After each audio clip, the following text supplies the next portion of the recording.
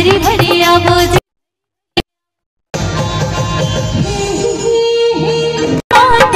चढ़ाबो कामर भोला तोला बंदो भोले बाबा, तोला बंदो भोले बाबा, कामर भोला तोला बंदो भोले बाबा।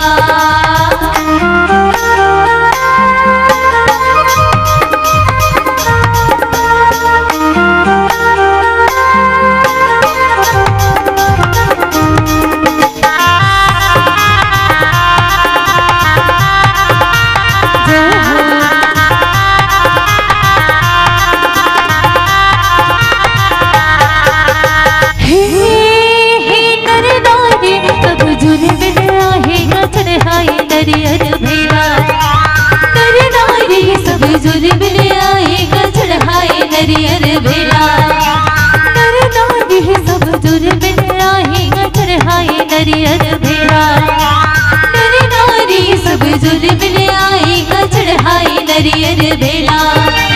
गुरमा भवनपुर के लगे हमें मेला, गुरमा भवनपुर के लगे हमें मेला, जी लगे हमें मेला।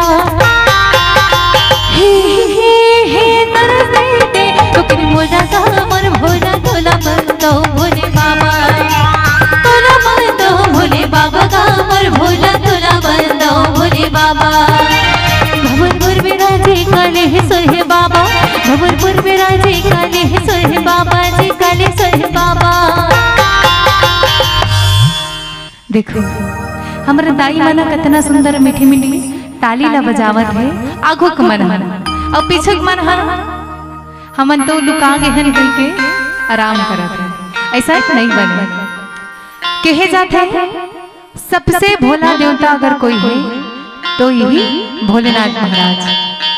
अगर भोलेनाथ महाराज ला आप प्रसन्न कर लो तो राम जी आपके घर में जरूर आए। जिन जिन ला राम जी ला पाना है भोलेनाथ के भजन गाय करो, और जिन जिन ला भोलेनाथ ला पाना है तेहा राम के भजन गाय करो। काबर भोलेनाथ महाराज के इष्ट देव राम जी और राम जी के इष्ट देव भोलेनाथ महाराज, तो दोनों इंटर है, जुड़े हैं दोनों। अगर राम ला पाना है तो भोले के गीत गाना पड़े, और भोले ला पाना है तो राम के गीत गाना पड़े। तो हम एक काम कर सकते हैं, हम तो दोनों के गीत गा सकते हैं, है ना। हम भक्त है तो हम भक्ति करे में काबर पीछे रहें। तो निवेदन है सबसे अपन जीवन के कल्याण करे बर भजन ला जीवन में लाना है।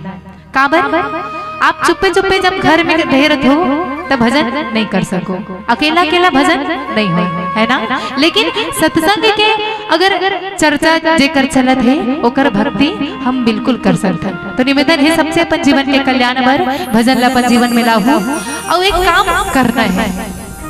जिन जिन भोलेनाथ महाराज के मंदिर में जाते हो दोनों हाथ ऊपर करके हर हर महादेव जरूर कहे करो। काबर अगर कोई भक्त पूरा समर्पण के भाव से दोनों हाथ ऊपर करके एक बार हर हर महादेव कथे ना तो भोलेनाथ महाराज ओकर भक्ति में बहुत प्रसन्न हो जाते हैं। और अगर काम यही 3 बार हो जाए, 3 बार अगर कोई भक्त भोलेनाथ महाराज के मंदिर में जाके हर हर महादेव कही देते ना तो भोलेनाथ महाराज ओकर भक्ति में ऋणी हो जाते। ऋणी मतलब आपके मनोकामना पूरा करे में बिल्कुल विलंब नहीं करे। तो निवेदन है जिन जिन तक मर आवाज पहुंचत हुई ये मंच के माध्यम से जिन जिन तक मर आवाज जावत है सबसे निवेदन है दोनों दोनों हाथ ऊपर करके सब जिला 3 बार हर हर महादेव कहना है। का पता हमारे पुकार इस मंच के माध्यम से परमात्मा के शरण में पहुंच जाए। निवेदन है सबसे पूरा पूरा हाथ ऊपर करके। चलो सबसे निवेदन है नमः पार्वती पतये हरे हरे महादेव हरे हरे महादेव हरे हरे महादेव।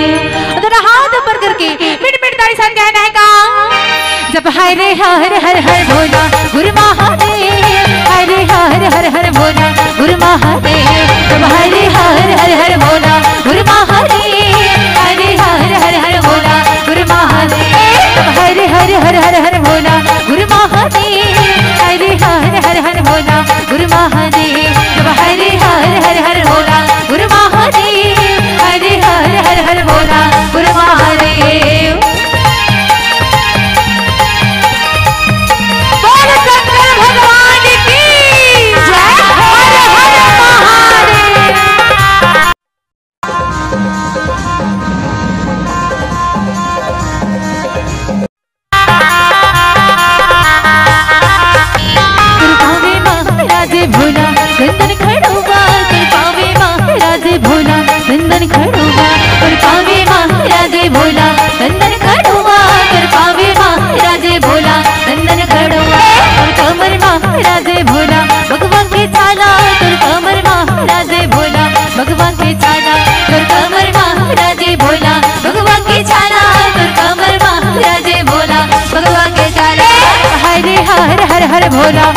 महादेव, अरे हर हर हर भोला गुरु महादेव, तब हरे हर हर हर हर भोला गुरु महादेव, अरे हर हर हर भोला गुरु महादेव।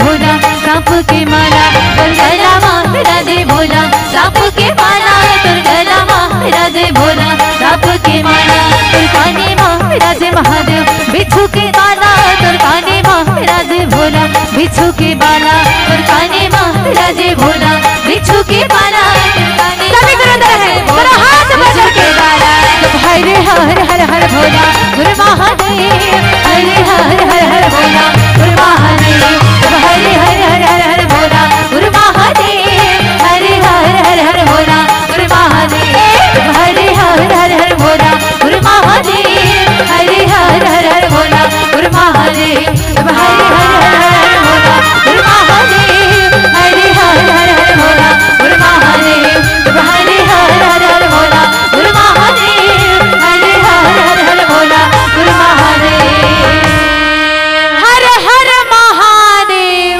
बोल शंकर भगवान की जय हो, बोले श्री राघवेंद्र सरकार की।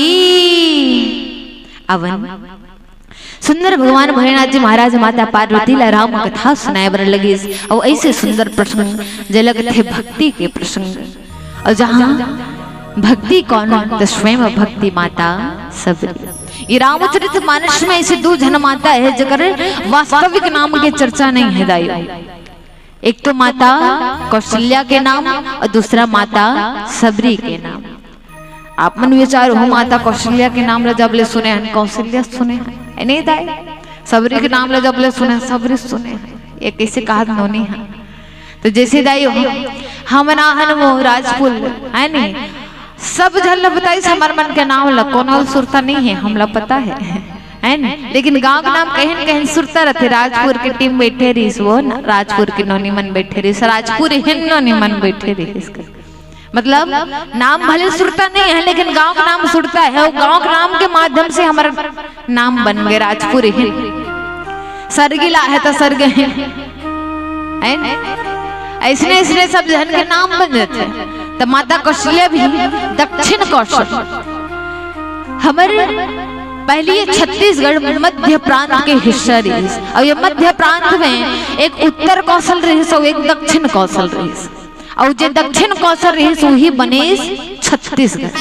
हमारे छत्तीसगढ़ के पूर्व नाम दक्षिण कौशल, और यही दक्षिण कौशल के राजा रही भानुमंत और ओकर बेटी रही भानुमती, और वही भानुमती कोई और न स्वयं माता कौशल्या है जकर नाम दक्षिण कौशल और कौशल नरेश के बेटी होए के कारण नाम पड़ गए कौशल्या। और वैसने माता सबरी जो सबर देश के सबर साई की पुत्री ओकर सेती ओकर नाम पड़ गए सबरी। और वास्तव में माता सबरी के नाम जैसे नाम और वैसने काम, अतेक सबर रेस माता सबरी के में कहे जाते।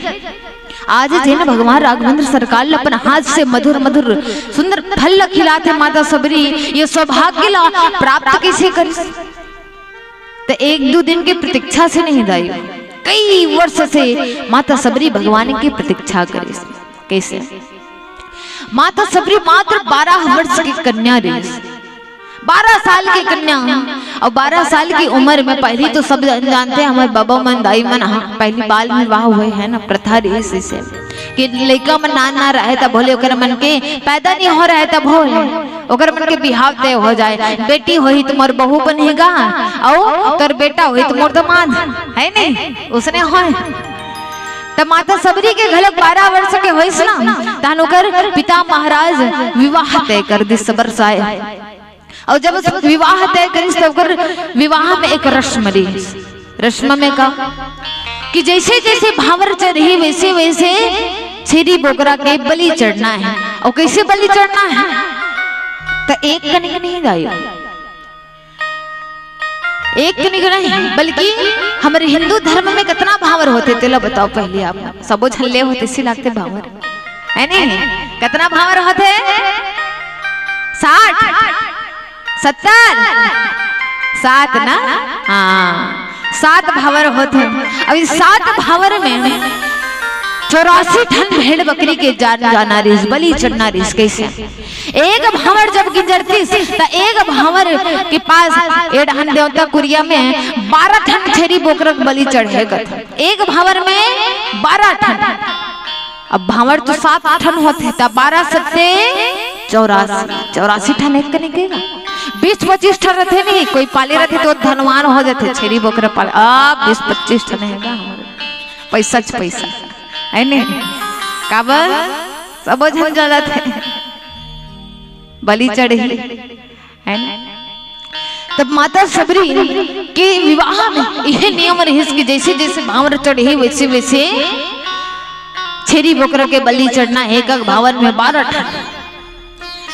अब उस बर विवाह के दिन आगे बने सुंदर चारों तरफ साज सज्जा है घर में देखते माता सबरी जने घर में रहते वही घर में बढ़ती के बढ़ती छेरी बोकरा मन भराए रहा।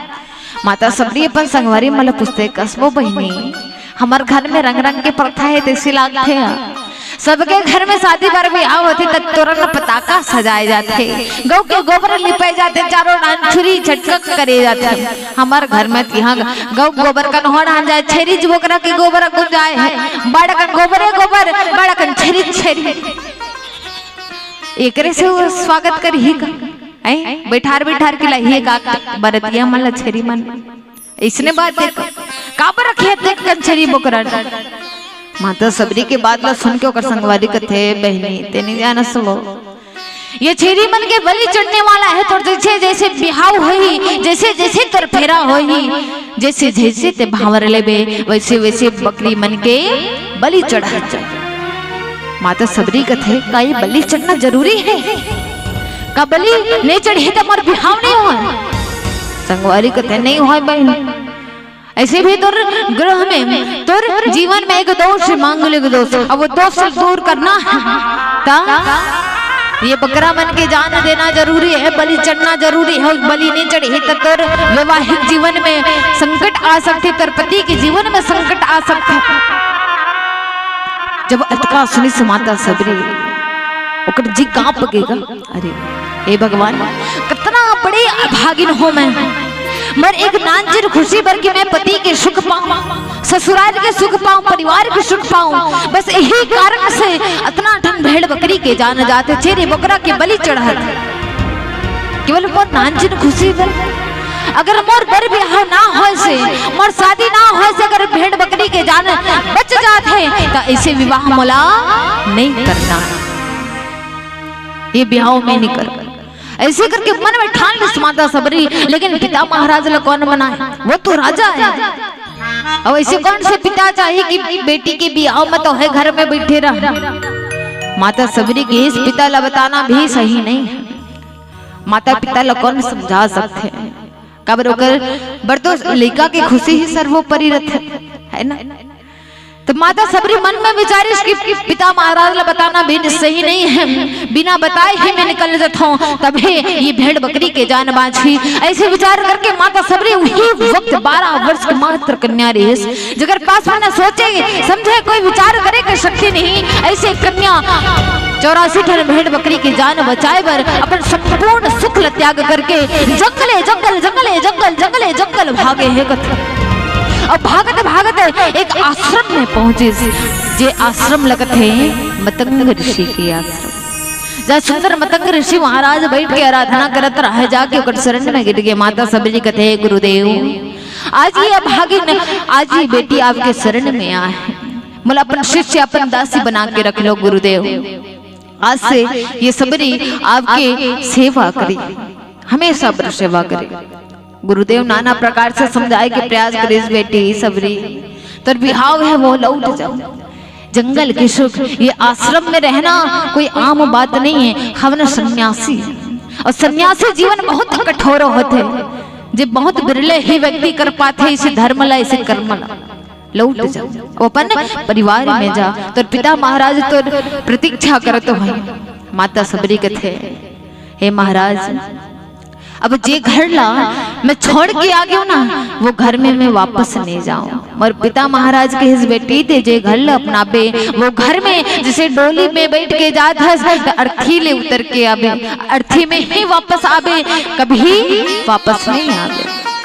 तब महू तो अपन प्रीतम के घर जाए बर, अपन भगवान की प्राप्ति करे बर मैं तोर पास में आऊं। आपके माध्यम से ही मोला भगवान की प्राप्ति करना है। अब कैसे मैं चल लूं अपन पिता के घर में एके झन, अब जाऊं तो महू अपन भगवान ला धर के जाऊं। माता सबरी के से सुंदर मधुर बात लसन के मतंग ऋषि कथे, चलो ठीक है बेटी, ये दुनिया में जिन भी होते अच्छा बर भी होते, हो सकते जिन काम ला माता सबरी करीस वो काम अगर पिता महाराज बर गलत रहे, लेकिन माता सबरी बर तो बहुत सुंदर काम हो है ना। और हम विचारते ना हमारे जीवन में कोई भी प्रकार की तकलीफ आते भगवान तुरंत ललकार ढाल लेतन, चिल्लाल ढाल लेतन, भगवान हमारे साथ में का हो गए अजी। हर चीज हमारी इच्छा से होले लग जाही तो हमला भगवान की जरूरत ही का पड़ेगी, है ना। भगवान की जरूरत ही का है, जब सब चीज हमारे मन से होए बर लग गए तो तेकर स्थिति कोई संत कथे का। आंसू ना होते तो आंखें इतनी खूबसूरत ना होती अजी। आंसू ना होते तो आंखें इतनी खूबसूरत ना होती। दर्द न होता जीवन में तो खुशी की कीमत ना होती। दर्द न होता जीवन में तो खुशी की कीमत ना होती। अगर मिल जाता सब कुछ केवल चाहने से, अगर मिल जाता सब कुछ केवल चाहने से, तो दुनिया में ऊपर वाले की जरूरत ना होती, तो दुनिया में ऊपर वाले की जरूरत ना होती। बोले राघवेंद्र सरकार की। और भगवान जो भी करते अच्छा बर करते तब है तो आज माता सबरी के उद्धार की रास्ता प्रशस्त होगी। अवन जान किसी मतंग ऋषि के माध्यम से माता सबरी ला भगवान राघवेंद्र सरकार की प्राप्ति होते जाने के प्रयास करन। एक सुंदर से भजन के बाद बोले राघवेंद्र सरकार की जय हो। भरत प्रिय रामचंद्र शंकर हरि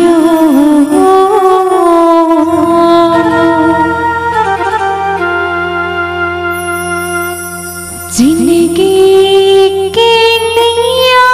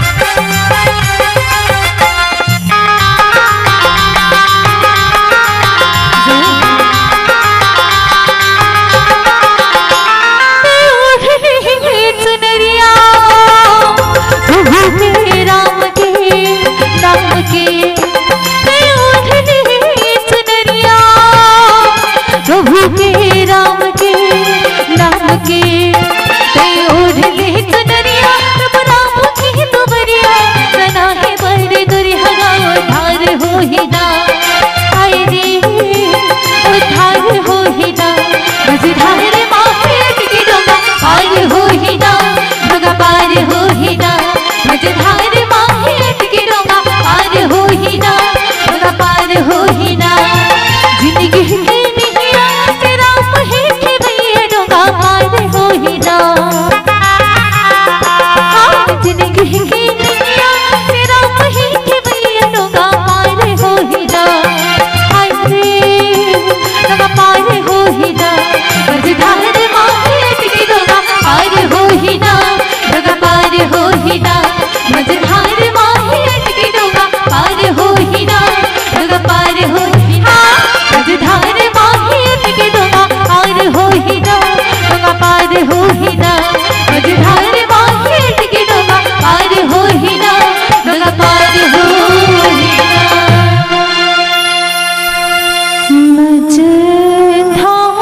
मझधार माहे की डोंगा पार हो हिदा डोंगा पार हो हिदा। बोल सियापति रामचंद्र की जय हो। बोले राघवेंद्र सरकार की। आवन सुंदर माता सबरी वही वक्त जब मतंग ऋषि महाराज वो वक्त में रही, तब माता सबरी भगवान मतंग ऋषि के आश्रम में पहुंचे। और मतंग ऋषि महाराज थे बेटी सबरी आते मोर आश्रम में आगे बन गए। कहीं ना कहीं मैं अपन मृत्यु अपन काल में जाना था। भगवान मला कहे कि वो एक दिन मोर आश्रम में अवश्य आए। स्वयं परमात्मा स्वयं नारायण मोर आश्रम में आने वाला है। लेकिन दुर्भाग्य ये है कि वो वक्त मैं नहीं रहा हूं दुनिया में। और कहीं ना कहीं मोला चिंता रही है कि मोर पश्चात भगवान के ऊपर स्वागत कौन करे, सत्कार कौन करे, ये आश्रम में कौन रहे। लेकिन भगवान हलोक माहौल एक सुंदर रास्ता बता दे। तोर सौभाग्य है कि तो स्वयं अपन हाथ से भगवान की सेवा करे। बेटी आज से मैं तुला दायित्व देता हूँ कि जिन दिन भगवान राघवेंद्र सरकार भगवान श्री राम में आश्रम में आए हैं और सेवा सत्कार ते अपना हाथ से करे। तो ऐसे सुंदर माता सबरी ला भगवान गुरुदेव मतंग ऋषि महाराज सुंदर ये कार्य भाल सौंपे। और कथे सबरी ऐसे तो राम स्वयं भगवान है, लेकिन वो मोर आश्रम में है तो एक मदद के लिए आए। पहली तो तय ओला सुग्रीव और सब वानर मन के पता भी। और दूसरा मोर पास में कुछ शक्ति है, वो शक्ति ला तोला प्रदान करना है भगवान राम। और जब हे ते ओला प्रदान करबे तब हे दुनिया में जतना भी राक्षस है ओकर मन के संहार होही के। और वही गुप्त जे विद्या रही, गुप्त शक्ति रही, माता सबरी ला प्रदान कर गुरु मतंग ऋषि महाराज। और वही गुप्त विद्या वही गुप्त शक्ति ला माता सबरी अपन कंद मूल फल के माध्यम से भगवान राम ला खिला है। हम तो केवल इतनी जानते हैं कि भगवान राम काला खाए कांदा कुसाला बोर के फल है नहीं, लेकिन एक कंदमूल के माध्यम से माता सबरी मतंग ऋषि महाराज के दिए हुए शक्ति ला भगवान राम ला प्रदान करे है। कथे कंदमूल फल सुरस अति दिए राम कहो आने प्रेम सहित प्रभु खाए बार बार बखाने। माता सबरी वही वक्त से भगवान राम की प्रतीक्षा करे बर लग 12 वर्ष की कन्या से लेकर अपन अंतिम अवस्था कैसे तब माता सबरी अपन युवा अवस्था अपन पौड़ अवस्था ला गुजरे के पश्चात कई वर्ष बीती और जैन वक्त कर शरीर जर्जर हो चुके रही। शरीर में कोई भी प्रकार की ताकत है न शक्ति है, फिर भी भगवान की प्रतीक्षा में होकर अगोरा में ऐसे बैठे रही। माता सबरी ऐसे बैठे रही कि कब भगवान राम के दर्शन हो और कब मोर जीवन के उद्धार हो, कब कल्याण हो और मैं अपने गुरु के आज्ञा ला पूरा कराऊं। माता सबरी हर वक्त भगवान की प्रतीक्षा लगा करे। कहे जाते इतना प्रतीक्षा में ऐसे दिन रात बिता दे माता सबरी भगवान के सेवा में ऐसे दिन लगाए। सोचे मन में कि जेन भगवान परमात्मा हमेशा शेष नाग में जेकर सिंहासन ऐसे मखमल सरीखे जे बिस्तर में जे निवास करते भगवान अपर अयोध्या में नाना प्रकार के कोमल कोमल सिंहासन में जे बैठे ऐसे भगवान जब मोर आश्रम में आए वो कैसे काटा कंकड़ में रेंगता है, कितना तकलीफ हो, कितना कष्ट हो भगवान राम। तो ऐसे ना हो ते कर बर का करूं। तो माता सबरी जगह जगह जंगल में पूरा घूमे और जंगल के जितना सुंदर सुंदर फूल रहे सब चुन चुन के राम राम राम राम करके पूरे जंगल के फूल तोड़े और जंगल के फूल तोड़े जंगल पूरा बहारे और बाहर के फिर भी सुंदर फूल बड़ प्रेम पूर्वक बिछाए पूरा जंगल बिछाए ताकि मोर भगवान जब ये रद्दा में आए ना तो कर पैर में एक कांटा मत गड़े। ऐसे सुंदर प्रेम माता सबरी के मन में हर वक्त हर घड़ी हर क्षण केवल राम ही राम राम ही राम राम ही राम माता सबरी के मुख में और हमेशा नेत्र रास्ता में लगे रहा है कि भगवान राम आही।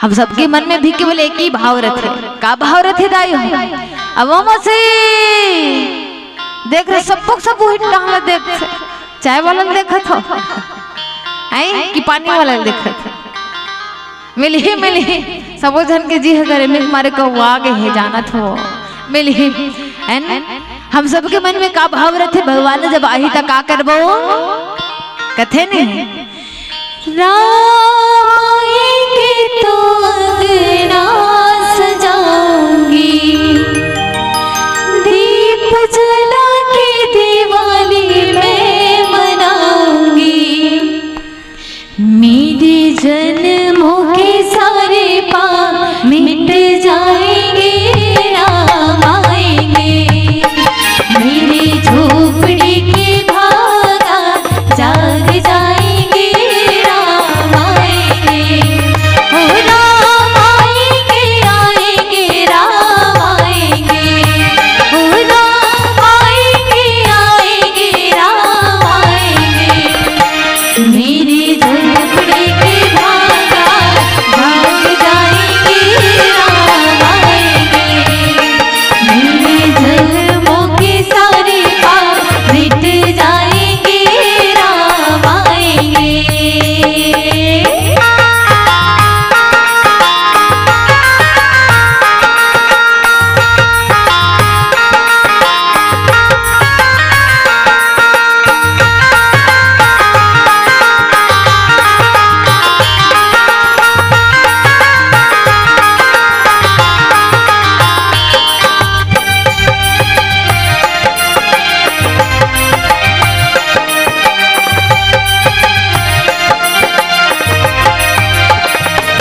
मैं तो रुचि रुचि भोग लगाऊंगी मैं तो रुचि रुचि भोग लगाऊंगी कंद मूल फल राम को खिलाऊंगी कंद मूल फल राम को खिलाऊंगी मेरे जन्मों के सारे पाप मिट जाएंगे राम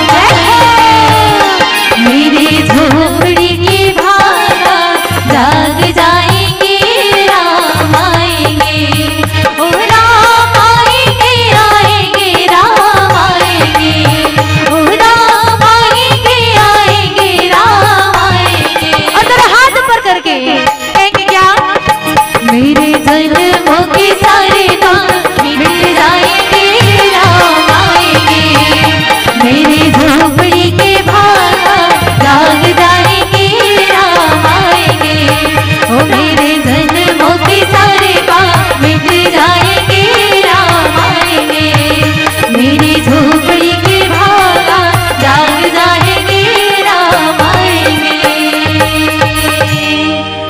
मेरे जन्मों के सारे पाप मिट जाएंगे राम आएंगे। बोल सियापति रामचंद्र की जय हो।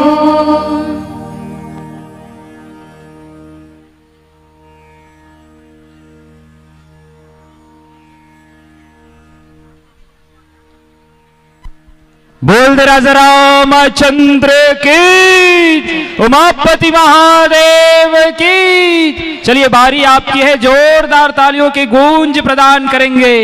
आप सबके बीच उपस्थित हो रहे हैं परम आदरणीय परम सम्माननीय इस कांकेर लोकसभा क्षेत्र के एक कर्मठ जुझारू प्रत्याशी जिनका नाम भाजपा ने नामित किया है और सबके पसंदीदे आदरणीय परम सम्माननीय परम श्रद्धे श्री भोजराज नाग जी की पावन उपस्थिति। पूरा जोरदार तालियों की अपेक्षा आप सभी जनों से, और पूरा दल आप सबके बीच में आ रहे हैं। बहुत बहुत स्वागत है, अभिनंदन है। इस भाव को स्वीकार करें और सादर मैं क्षमा चाहूंगा मानस के वक्ताओं से, क्योंकि अतिथि देवो भव है ना, अतिथि देवो भव की गाथा से हम सब जुड़ रहे हैं। ये हमें रामचरितमानस ही सिखाती है कि इन्हीं भावों के साथ कि चंदन से अभिनंदन करे, हार से करे आपकी सत्कार। अतिथि देवो भव की गाथा को आओ मिलकर करे साकार। भाग्य हमारे आज जगे हैं, जो कृपा हुई है हरि के अपार। हमारे प्रेम व्यवहारिक भावनाओं को हे महानुभावों कीजिएगा स्वीकार, कीजिएगा स्वीकार। इन्हीं भावों के साथ मैं बस ये कहूं कि लानो तुमन लानो संगी, आओ लानो तुमन लानो संगी, राम राज अब लानोगा भारत के सुघर भुइयामा। राम राज अब लानोगा भारत के सुघर भुइयामा। राम राज अब लानोगा कि माया और पीड़ित के बंधना, हो तुहरे मन बरे माया और पीड़ित के बंधना, भैया दीदी तुमन बांधोगा। लानो तुमन लानो संगी, राम राज अब लानोगा। लानो तुमन लानो संगी, राम राज अब लानोगा। कुछ यही भाव के संग कि जामवंत और सुग्रीव के सियानी भारत भुइयामा आहीगा। नियम धर्म के बाद बताही दुख के रतिया पहाईगा कि हनुमान बजरंगी बनके अत्याचार के लंका ला जरावाओगा। लानो तुमन लानो संगी, राम राज अब लानोगा। लानो तुमन लानो संगी, राम राज अब लानोगा। सादर स्वागत अभिनंदन आप सबके लिए। और बस यही कहा नारी मन बर घलो है ना, सबके सम्मान हुई कि भारत के नारी सीताए कोने, भारत के नारी सीताए प्रेम ज्ञान के गीताए। जहर पेया मीराए और दया मया के पीराए। और रणचंडी दुर्गा बनके, आओ रणचंडी दुर्गा बनके अत्याचार के महिषासुर ला मारोगा। लानो तुमन लानो संगी, राम राज अब लानोगा। लानो तुमन लानो संगी, राम राज अब लानोगा। लानो तुमन लानो संगी, राम राज अब लानोगा।